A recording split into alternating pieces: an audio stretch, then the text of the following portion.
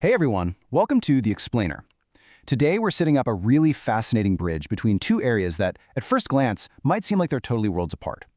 We're talking about the cutting-edge neuroscience of cognitive control on one hand, and a 2,000-year-old practical training manual from ancient Greece and Rome on the other. We are going to dig right into the exact biological mechanisms inside your brain that dictate your focus, and then look at how we can apply a specific, ancient philosophy designed to totally optimize that very system. But to kick things off, let's start with a problem we all face. Think about it. Why are human beings, despite our incredible, unmatched intelligence, so uniquely vulnerable to irrational influences and absolute failures of self-control? Why is it so incredibly hard to override our bad habits, even when we know exactly what we should be doing? That right there is the universal struggle we're exploring today. And to solve it, we really need to understand both the physical machinery of the mind and how to actually drive it. Okay. So here's our game plan for today. We're going to cover 1. The mystery of self-control. 2. Your brain's limited bandwidth. 3. The ancient user manual. 4. Training cognitive control daily. And 5. The data behind virtue. All right, jumping into part 1, the mystery of self-control, our biological superpower. So, cognitive control. This is perhaps the single most distinguishing characteristic of human behavior. It's essentially our ability to chase after a goal-directed behavior even when we're staring down something habitual or immediately irresistibly compelling. You can think of it as the ultimate override switch.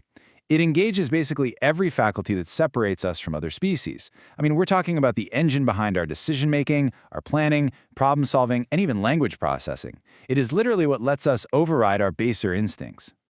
And this sets up a brilliant illustration of a massive divide in cognitive psychology: controlled processing versus automatic processing. There's a classic example from the research called the Stroop Task. So imagine I show you a word. Reading that word out loud is an automatic process for you, right? It's incredibly fast, it's habitual, you don't even think about it.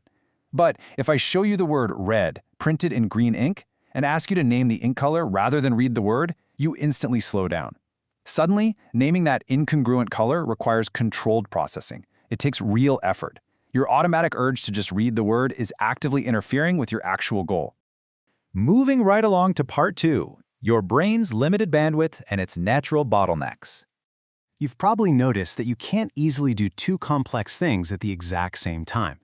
Neuroscientists actually call this dual task interference, and it happens because of a phenomenon known as crosstalk. Basically, this is what happens when multiple mental processes try to use overlapping local resources in your brain simultaneously. For instance, research shows you can actually repeat an audio stream out loud while copy typing visual text.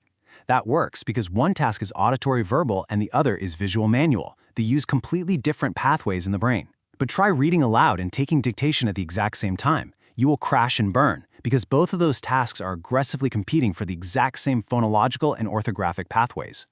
So how on earth does the brain handle this chaos? Well, as the source material puts it, a critical function of the control system is to limit processing in such a way as to avoid such conflicts, in just the way that traffic signals are meant to limit collisions. I love that analogy. Your cognitive control is literally acting as the traffic lights of your mind, stopping automatic, habitual traffic so your goal-directed behaviors can safely cross the intersection without a massive mental pileup. But here's the catch. Running those mental traffic lights, it isn't free. There is a real opportunity cost here. Allocating cognitive control to one process means you inevitably incur a cost for the others because your brain operates on a strictly limited cognitive budget. So when you feel that sensation of mental effort, what's actually happening is you are phenomenologically experiencing your brain signaling the opportunity cost of maintaining focus. Your motivation, then, is simply your nervous system's internal willingness to pay that cost to achieve whatever your goal is. Which perfectly sets us up for part 3, the ancient user manual, a behavioral solution. Enter Stoicism. Now founded in Athens by Zeno of Citium way back around 301 BC, Stoicism isn't just some dusty, abstract philosophy. It is, in practice, an applied science of cognitive control. What we're looking at with things like the Stoic Week 2014 handbook is a fascinating modern experiment. It adapts these ancient Greco-Roman principles to see if a 2-millennia-old philosophy can actually serve as a functional daily user manual for the modern human brain. To the Stoics, the absolute most important thing in life, really the only thing with true intrinsic value, is excellence of character. And they believe this is expressed through 4 core virtues: wisdom, moderation, courage, and justice. They argued that cultivating these virtues is literally the only thing that can guarantee your well-being. External things that we all automatically pursue, like a great job, lots of money, or fame, they cannot guarantee happiness on their own. Ultimately, our happiness depends entirely on how we manage our internal character. All right, let's get practical with part 4, training cognitive control daily to avoid overload.